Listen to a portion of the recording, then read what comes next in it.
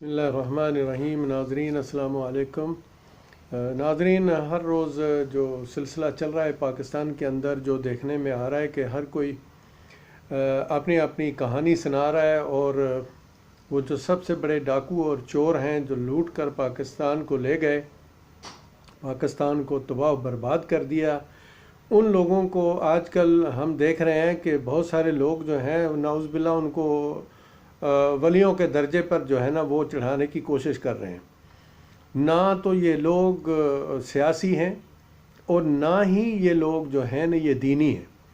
मौलाना साहब को तो जहाँ से डीज़ल मिलता है वो वहीं पे चले जाते हैं, उनको तो पेट्रोल की ज़रूरत होती है, जो डालता है वो उसकी बात करते हैं। वो बहुत पहले एक फ़िल्म देखी थी ना जिसमें कहते थे कि पैसा बोलता है, तो मौलवी साहब के अंदर तो पैसा बोलता है, उसके तो कोई इतनी वो नहीं है कि उसके बारे में कोई इतनी कहा जाए कि वो बड़ी कोई बड़ी शख्सियत का मालिक इंसान है। वो तो कहानी किस्सा कोई नहीं है। बाकी ये जो झूठे तरीन जिनकी यूनिवर्सिटियाँ झूठ पे मबनी हैं और डिग्रियाँ झूठ पे मबनी हैं, और इस वक्त वो पूरी दुनिया में एक्टिव हैं। पाकिस्तान को किसी भी सूरत कोई भी नुकसान पहुंच जाए, उनको यहाँ हुकूमत मिलनी चाहिए। अब सारी दुनिया जो है वो गुनहगार हो चुकी है, सारी दुनिया जो है वो करप्ट है, सिर्फ वो लोग जो है ना वो ठीक ठाक है। एक बात समझ में नहीं आती कि भाई जिस दस्तूर के तहत आप लोग हलफ लेते हैं और उस दस्तूर के तहत पाकिस्तान में आपने हुकूमत भी की, तीन दफ़ा का वज़ीर आज़म जो बार बार कहते हैं, शर्म आनी चाहिए उन लोगों को ये कहते हुए, और 3 दफ़ा के वज़ीर आज़म को इस किस्म की बातें करते हुए शर्म आनी चाहिए। जो 3 दफ़ा का वज़ीर आज़म इसी दस्तूर और इसी कानून के मुताबिक रहा, उसको ये नहीं पता कि ये पाकिस्तान के जो अदारे हैं इनका एहतराम करना भी उस पर ज़रूरी है, उस पर और उसकी जमात पर। मौलवी साहब जो हैं वो मेरा ख्याल में लगता था कि परसों जो मरियम नवाज़ के पाँव में बैठे हुए थे, उनमें लगता कुछ डीज़ल ज़्यादा डाल दिया गया, और उस डीज़ल के ज़्यादा पंप होने की वजह से मेरा लगता है शायद डीज़ल की वजह पे वो जगह पे पेट्रोल डाल दिया गया था। तो उन्होंने बिल्कुल जो कानून है, जो अदारे हैं पाकिस्तान के और FIR'ें जो हैं, उनको जूते की नोक पे रख दिया। यानी ये बड़ी एक अजीब किस्म की कहानी है।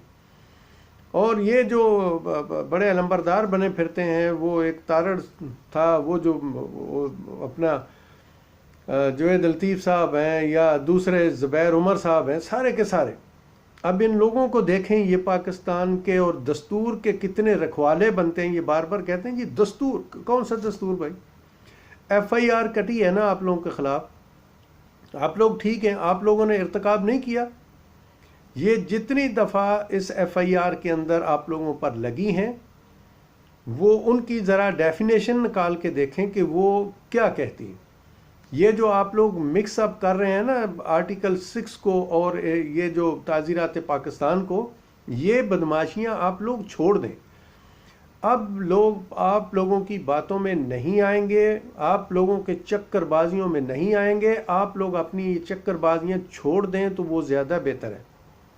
आर्टिकल 6 की जो तारीफ़ है उसमें ये डेफिनेशन में लिखा हुआ है कि आर्टिकल 6 लगाने के लिए किसी भी शख्स पर पार्लियामेंट से, काबीना से इजाज़त लेना ज़रूरी है, और जो उस पर कार्रवाई करवाएगा वो हुकूमत जो है ना वो करवा सकती है। दूसरा कोई आम शहरी जो है वो उस कार्रवाई को नहीं कर सकता।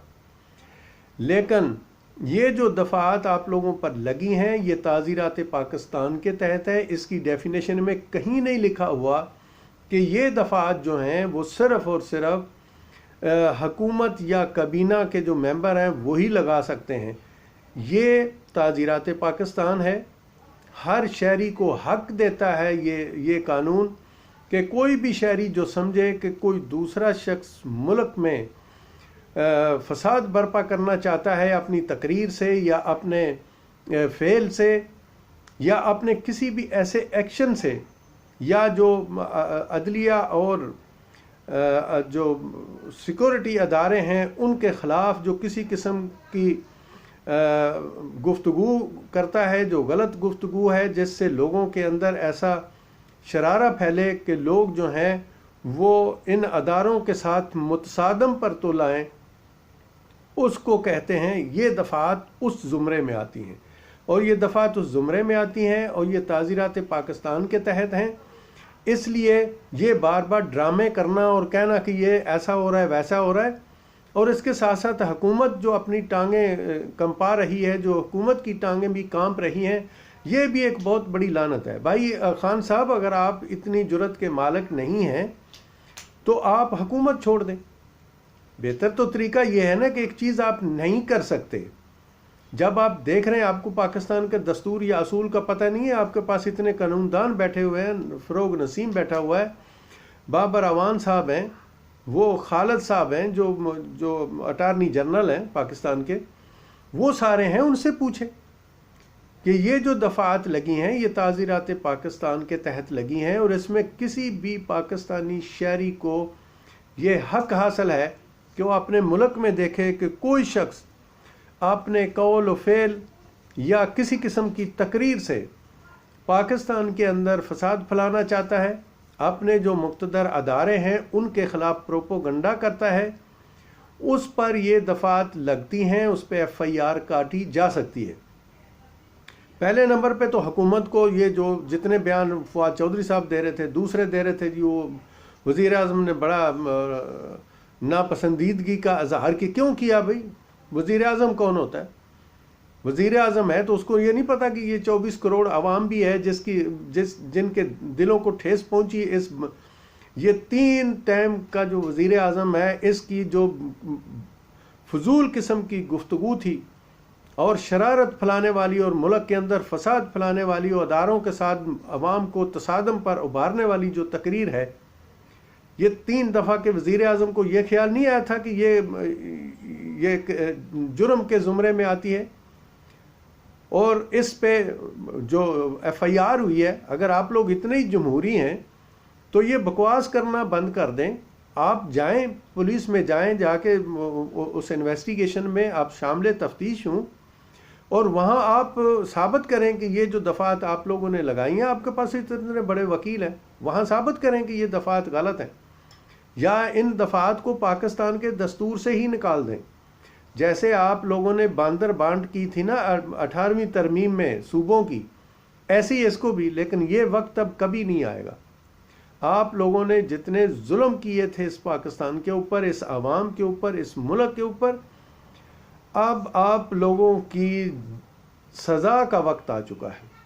ये मकाफ़ात अमल है, इसको आप किसी तरह भूल नहीं सकते, कोई आपको नहीं छोड़ेगा। ये जो चंद लोग हैं ना जो आपके टुकड़ों पर पल रहे हैं, और वो टुकड़े भी वो आप इनके मुंह में डाल रहे हैं जो पाकिस्तान की आवाम के लूटे हुए टुकड़े हैं, वो डाल के इन लोगों को आप इस चीज़ पे उबार रहे हैं। और इसमें बहुत सारे लोग कह रहे हैं जी देखें, उसमें आज़ाद कश्मीर का जो वज़ीर आज़म है, वो भी आज़ाद कश्मीर के वज़ीर आज़म को क्या चट्टी पड़ी हुई थी कि वो आके इस गलत महफल में बैठकर इस गलत बयानिए का जो है वो हाथ हलाल आके इस्तकबाल करता। क्या वो कोई मुकद्दस गाय है कि उसके ख़िलाफ़ कार्रवाई नहीं हो सकती?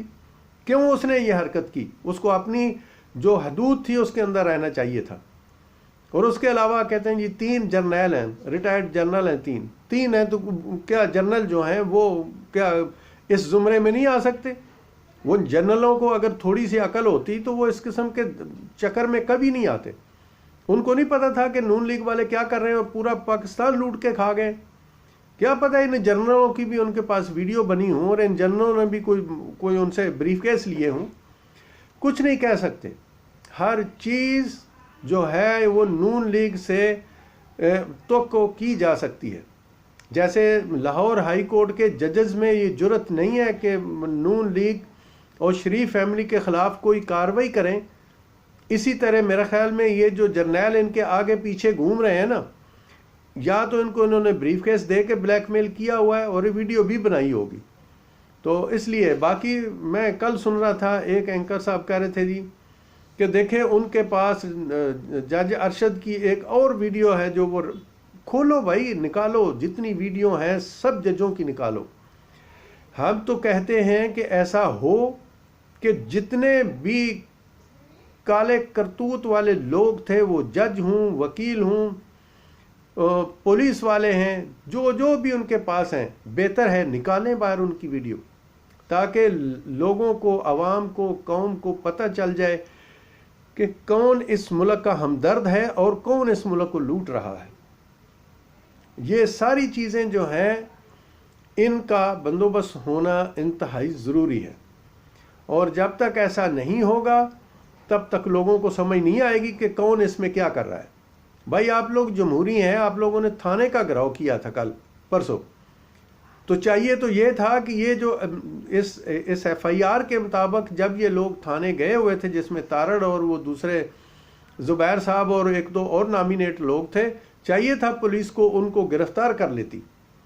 लेकिन अभी क्या करें, जब हुकूमत ही अपने वो टांगों पर वजन नहीं उठा रही, तो पुलिस क्या कर, क्या कोई गरीब आदमी अगर 57 में भी होता थाने के अंदर, तो क्या उसको छोड़ देते ये लोग?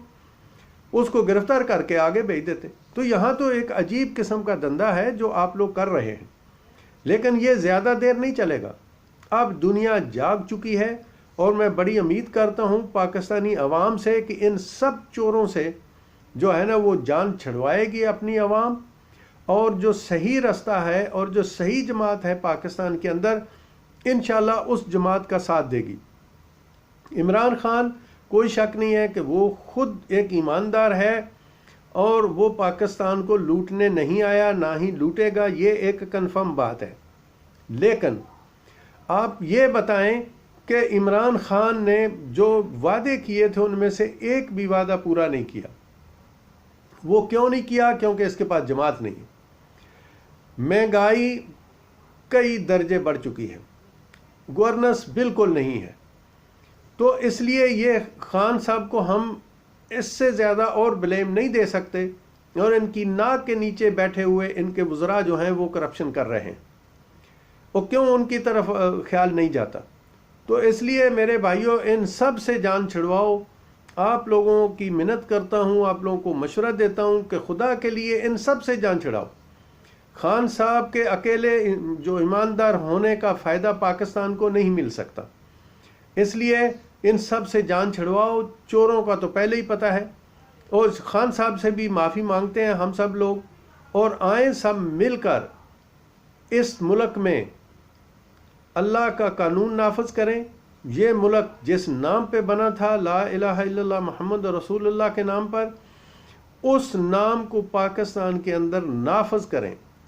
और वो सिर्फ एक ही जमात है पाकिस्तान में जो ऐसा कर सकती है, और वो जमात है जमात इस्लामी।